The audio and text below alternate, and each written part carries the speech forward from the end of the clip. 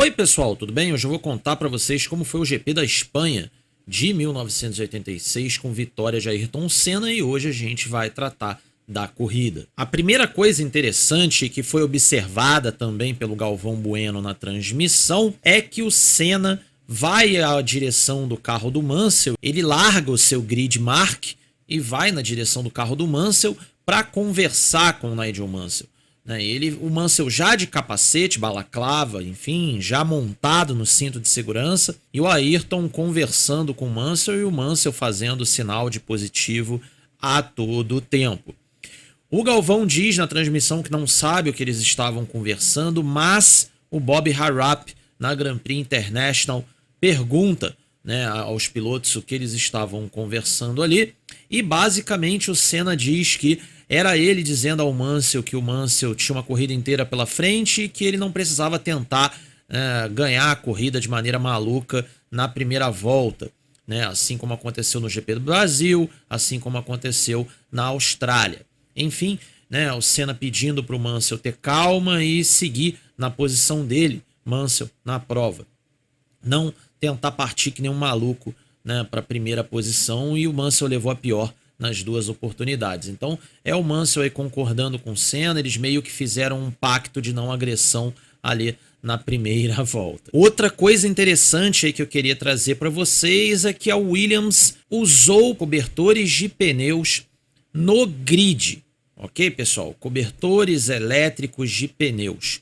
Porém, eles pareciam desligados. Por que isso?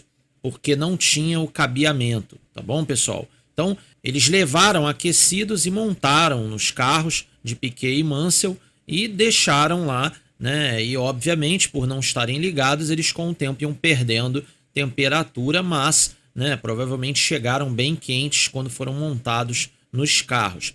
A Lotus já trouxe uma solução diferente, A Lotus trazia os pneus aquecidos até o grid, montava no carro e colocava em cima deles cobertores comuns para tentar manter o aquecimento dos pneus. Mas é aquilo, pessoal, cobertores elétricos de fato funcionais e ligados no carro, no grid. A primeira vez foi a Lotus em Mônaco, 85, eu já trouxe isso no canal, já com os documentos. Inclusive a Lotus queimou 2 pneus do Senna, porque teve um curto-circuito. Eu já contei essa história, Quem conta ela é o Nigel Roebuck, o Dennis Jenkinson, enfim. Só que isso parece que fez a Lotus desistir de levar o sistema para o grid, E aí ela pré-aquecia na garagem, E levava os pneus, montava no carro e depois disso, tentava manter a temperatura com cobertores normais. Essa foto que vocês estão vendo na tela é uma foto de 85, o que só prova que eles faziam isso já há muito tempo. Aquecia na garagem e usava um cobertor normal para tentar manter a temperatura, tá bom, pessoal? Lembrando mais uma vez também que a Lotus introduz o sistema de cobertor elétrico em Nürburgring 84, porém tudo escondido dentro das garagens. A fonte é o livro do Ibrahim Malik, Eu já falei isso aqui várias vezes, tá bom, pessoal? Então, McLaren, Benetton, enfim, Ligier, Ferrari, esses times não estavam usando nenhum dispositivo prévio de aquecimento de pneus ou de manutenção de temperatura de pneus, ok, pessoal? Na largada o Senna largou bem, o Piquet manteve-se na segunda posição, o Mansell na terceira posição com muitas dificuldades e logo já ia perder posições. Na primeira volta, a gente já tinha aí carros fora da prova, Palmer e Alan Jones abandonaram por acidente e a gente teve também na primeira volta, Na verdade, uma Minardi nem completou a primeira volta e a outra completou a primeira volta, O De Cesaris, ele completa a primeira volta e abandona com problema de diferencial e o Alessandro Nannini nem isso consegue, também quebra diferencial. As duas Minardes fora da prova já de cara, não conseguiram completar nem 2 voltas. O Laffite também se envolveu no incidente com o Theo Fabi na largada. O Arnoux passa pelo Theo Fabi e aí o Laffite cruza de fora para dentro e o pneu traseiro direito do Laffite arranca a asa dianteira esquerda do Telfab, e alguns carros ainda se chocam com esse elemento, enfim, até isso aparecer na mão de um fiscal demorou um pouquinho ainda. Um pouquinho depois foi a vez do Patrese encostar quase no guardrail, né, com a caixa de câmbio quebrada. Logo logo a gente iria ter a Ozella do Ghinzani parada com problema de motor, e o Johansson ou Johansson, como quiserem, esse sim deu um susto no pessoal da transmissão, porque ele foi direto na contenção e na verdade não foi um erro do piloto, ok, pessoal? Ele teve problemas de freio e deu de cara na proteção, machucou o pé, precisou de atendimento médico, foi levado de ambulância para o centro médico do autódromo, enfim. A câmera ficou muito nele, né? Ele atraiu a atenção da transmissão com esse problema aí. Mais 3 voltas o Danner iria abandonar com problema de motor, né? Ou seja, segundo Ozella fora. E aí sim, finalmente, né, na volta 14, estabilizou um pouco, porque era um abandono atrás do outro, era uma situação preocupante. A gente só ia ter o próximo abandono com o Philippe Streiff na volta 22, também com problemas no motor Renault, né? Então, enfim, muitos abandonos nessa fase inicial da prova. Voltando lá para o bloco da frente, Nigel Mansell, que perdeu posições, chegou a cair para a 5ª posição, e as Ligier muito bem na 6ª e 7ª posições. Porém, com o Laffite tendo dificuldade de acompanhar a balada do grupo, né? Mas estava ali, um pouco mais atrás do Arnoux, mas acompanhando a balada do grupo. Grupo que não ia tão rápido assim, né? O Senna mantinha uma vantagem confortável em cima do Piquet, né? Nada muito impressionante não. E o Piquet tomando uma pressão forte dos carros atrás dele, e isso, né, reduzia o ritmo da prova e mantinha os 7 primeiros colocados bem próximos, né? E também ajudava, queiram ou não, ao Senna a economizar combustível, né? A tática do Senna era ir muito forte no começo, gastar combustível, porque não tem jeito, para você ir forte você vai gastar, e depois, a partir do meio da prova, começar a entrar no modo economia. Acabou que isso não aconteceu, né? O Senna, vendo que o Piquet estava com dificuldade para aproximar e o Piquet estava conseguindo fazer o retime dos carros de trás, né? O Senna já começa aí a mudar o pensamento dele sobre a tática de prova. Keck Rosberg, muito forte no início da prova, né? Fazendo várias ultrapassagens, e ele vai despencar na parte final, despencar que eu digo com relação a desempenho, mas vocês vão entender o porquê disso daí mais pra frente no vídeo. Na volta 22 a gente teve o abandono do Streiff, como eu disse para vocês, a gente teve também um abandono do Alboreto com problemas de rolamento, com apenas 22 voltas as 2 Ferraris fora. O Ayrton passou por um apuro nesse meio tempo, porque ele foi ultrapassando retardatários, vários deles durante a prova, e foi ultrapassar o Hélio De Angelis, que deu uma puxada para a direita na curva 2, se jogou na frente, não tinha espaço, o Ayrton mete 2 rodas na terra para conseguir se livrar do Hélio De Angelis e não ter o acidente. Pouco tempo depois, inclusive, o Hélio abandonaria com problemas também de caixa de câmbio. Quem abandona na mesma volta 29 é o Arnoux, com problemas de semi-eixo. Semi-eixo que também tiraria o Laffite da corrida. Uma pena, os 2 Ligier muito bem na prova, né, no pace de corrida, andando muito forte, mas infelizmente os 2 abandonaram com problema de semi-eixo. O Mansell, que já tinha conseguido ultrapassar as 2 McLarens, pareou com o Nelson Piquet na reta e consegue também a 2ª posição. O Mansell, que já tinha sido 5º colocado na corrida e agora era 2º, veio escalando todo mundo. E aí, infelizmente, para o Brasil chegou a volta 39 e a corrida começa a ficar ruim para os brasileiros. O Piquet para com problemas de motor. Outra questão interessante aí é que o Senna vai perder a liderança da prova. Durante a ultrapassagem em um dos retardatários, o Nigel Mansell vai se aproveitar e tomar a ponta da corrida. Então,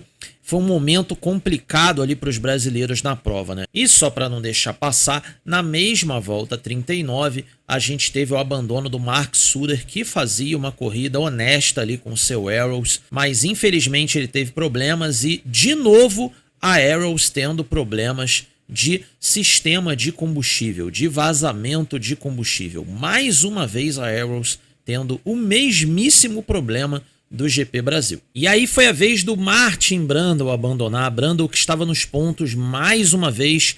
Brundle que teve ali alguma participação na ultrapassagem do Nigel Mansell em cima do Senna, né? Ele estava na linha externa, o Senna foi para trás do Brundle e o Mansell passou com tudo por dentro. Mesmo o Senna no vácuo do Brundle, o Mansell passou de passagem, né? E aí acabou levando a culpa da transmissão nacional, né? Mas na verdade o Mansell, quando o Senna chega perto do Brundle, o Mansell já estava praticamente com meio carro à frente, ele ia passar com Brundle ou sem Brundle.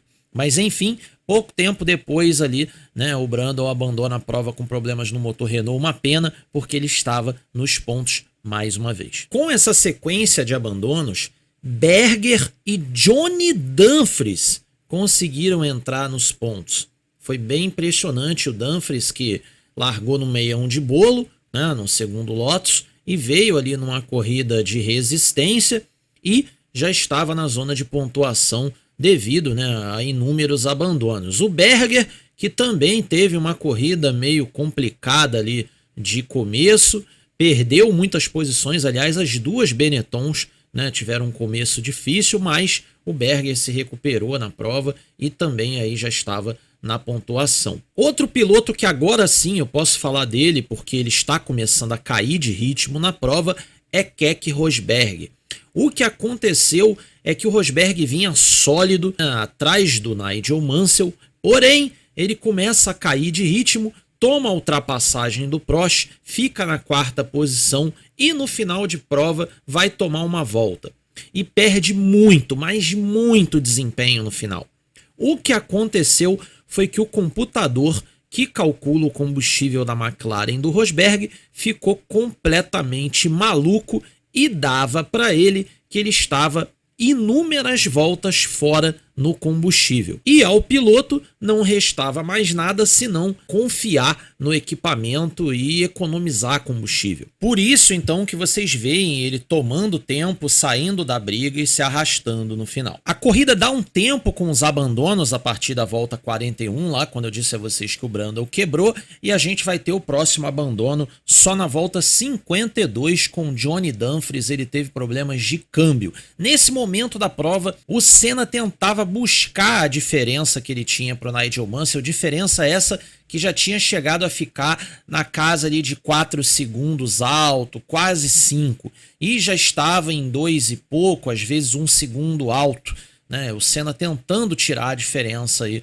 para o Leão e infelizmente o Dumfries, que estava fazendo um pontinho, saiu da corrida. Mansell, Senna e Prost absolutamente juntos chegam para colocar uma volta em Keke Rosberg. O Mansell se joga por dentro, quase acontece o toque. O Mansell consegue o espaço, sei lá da onde, e ultrapassa o Rosberg. O Rosberg, claro, né, dificulta bastante a vida do Senna e dessa forma, então, a distância que estava bem pequena fica enorme e o Mansell recupera, ele ganha algum respiro e o Senna tem que voltar a remar tudo de novo, porque o gap ficou enorme de novo entre o Leão e o brasileiro. O Ayrton busca a diferença toda de novo, coloca do lado, trava o pneu dianteiro direito, o Mansell cruza com tudo na frente, defende a posição, curvas depois, o Ayrton de novo trava tudo, tenta se jogar por dentro, não consegue o espaço.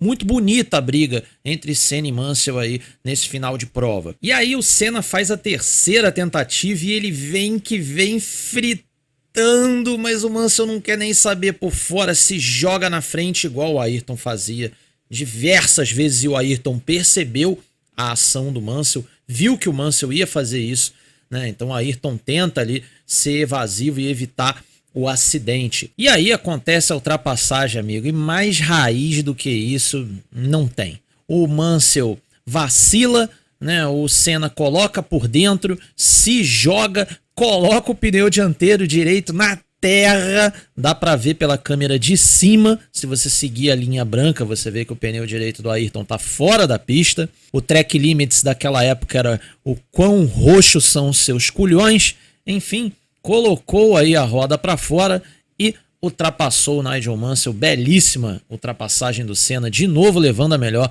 em cima do Leão. E aí vocês podem estar se perguntando o porquê do desempenho do Mansell estar tão ruim nesse momento da prova. O que aconteceu foi que acabaram os pneus do carro do Mansell, né? O Mansell, naquela escalada dele de quinto para primeiro, desgastou muito os seus pneus e agora, né, o Ayrton estava colhendo os frutos aí de ter conservado mais o equipamento. Assim que o Mansell perde a primeira posição e consequentemente a segunda, porque o Prost veio na carona, a Williams, esperta, sabendo que a vantagem que o Mansell tinha para o quarto colocado era enorme, a Williams foi pro tudo ou nada. Finalmente a Williams acertando na tática de pneus. A Williams chama o Mansell para os boxes, ele troca e volta num ritmo alucinante, tentando se recuperar nas poucas voltas que restavam de prova. Esse pit stop tem uma curiosidade interessante e cabe confirmação. O que acontece é que o Nigel Mansell diz na imprensa que na cabeça dele acabou a corrida, porque ele teve que fazer esse pit stop. Porém, ele agradecendo muito a equipe no final da prova e surpreso porque, segundo ele, Mansell, a Williams fez o pit stop mais rápido da história do automobilismo até então. E aí, né, o Felipe Nerdola aqui foi correr atrás disso daí, né, e ver quantos segundos de fato foi esse pit stop, né? E eu, Felipe, considero o fim de um pit stop quando o carro efetivamente anda, né? Ou seja, desde o momento em que o carro efetivamente para até o momento em que ele efetivamente anda. E baseado nisso, no editor de vídeo, eu tive um tempo de 5 segundos e 06. Foi bem rápido de fato. O ponto é que a TV demora um pouco para cortar para o carro do Mansell. E aí eu não sei dizer a vocês quanto tempo há de pit stop antes do corte. Eu acredito ali que, pelo fato de o pneu já estar praticamente saindo, né, o traseiro, eu acredito algo ali em torno de 6 segundos, 7 segundos aí estourando esse pit stop. Lembrando a vocês que um bom pit stop naquela época era na casa de 9, 10 segundos. Era considerado um bom pit stop. Então, de fato, fazer esse pit stop aí, né, em 6 segundos ou 7 segundos foi realmente um tempo bem impressionante. Mas, enfim, fica complicado para dar realmente uma precisão para vocês. E aí acontece algo que foi fundamental na corrida. O Mansell volta com uma desvantagem que a primeira vez que ela aparece pra gente é de 19 segundos. O Mansell vem escalando isso daí. Quando a diferença era de mais ou menos uns 8 segundos para o Senna, ele encontra o Prost pela frente.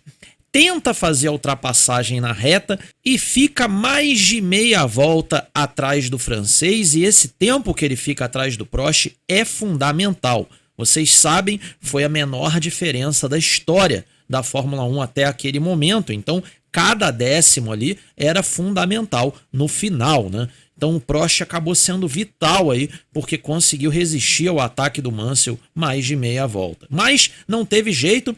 A TV, infelizmente, perdeu a ultrapassagem, por isso eu não estou colocando para vocês aqui no vídeo, e o Mansell se livra do Prost e parte com tudo para cima do Ayrton. Outra questão que foi fundamental aí também nesse final é que a Williams montou o Mansell em pneus bem macios, por isso ele vinha tirando às vezes 4 segundos por volta, enquanto que os líderes da prova, Senna e Prost, com pneus B desgastados, e o Mansell vinha de pneus C novos. Então ele vinha num ritmo alucinante, só que esses pneus duram muito pouco tempo. E aí o que acontecia então? O Mansell, assim que se livra do Prost, já não tem mais o nível de aderência que ele tinha antes. Ele já não tem tanta capacidade ali mais de conseguir tirar a diferença no nível que ele tirava antes. né? Ele tá tirando ali por volta agora de 1,7, algo em torno disso daí, mas a conta ainda fechava, se é que vocês me entendem. Se ele continuasse nesse ritmo, ele ia chegar em condições de lutar pela vitória. Eles abrem a volta final com o Mansell 1,5 segundo atrás. Como eu disse a vocês, o Mansell estava conseguindo tirar por volta de 1,7 por volta, ou seja, estava na conta e ia ter briga no final. Até a última curva, o Mansell estava ali uns 3 décimos do Senna. Mas isso foi uma coisa que o Galvão observou bem nas últimas voltas. O Mansell conseguia tirar muito na freada da curva final e foi exatamente o que ele fez e proporcionou para a gente esse final histórico de prova, né? Ele consegue tirar toda essa diferença aí numa freada só e parte com tudo para parear com o Lotus do Ayrton para a gente ter aquele final incrível. O Mansell tira toda a diferença na freada, ganha muito na retomada, pega um pouco de vácuo ainda do Ayrton, pareia do lado e a prova termina com 0,014 de diferença depois de 1 hora e 48 minutos de prova. Uma diferença minúscula, inacreditável esse final de prova. Sensacional, o Mansell deu show no final, porque a Williams acertou na estratégia, né? E a Williams não pararia o Mansell, né? Se o Mansell seguisse na liderança. O problema foi, como eu disse a vocês, o Rosberg ficou muito para trás e isso determinou que a Williams parasse o Mansell, porque o Mansell ia ter tranquilidade para parar e voltar na terceira posição. Se o Rosberg tivesse numa condição onde ele ultrapassasse o Mansell, talvez a Williams não parasse o Leão e nada disso ia acontecer, né? O Rosberg acabou também sendo um personagem fundamental para a gente ter esse final de prova incrível aí. Quanto ao Senna, não preciso nem falar nada, o Senna foi impecável nessa prova. No uso da pista, ele usava a pista inteira, usava a zebra, usava a terra, usava o diabo A4, porque ele tinha que usar a pista, porque era nas curvas que ele tinha que ter velocidade, porque ele tinha que economizar combustível o tempo todo.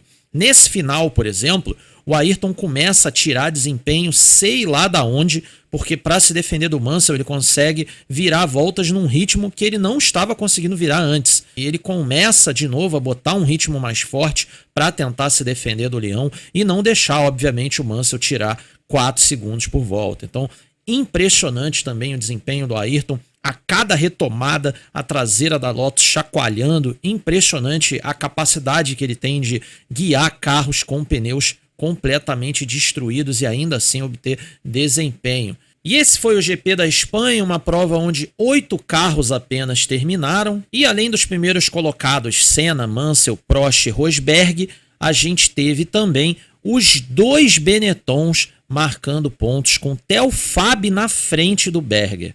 Sensacional aí para Benetton esse GP da Espanha de 1986.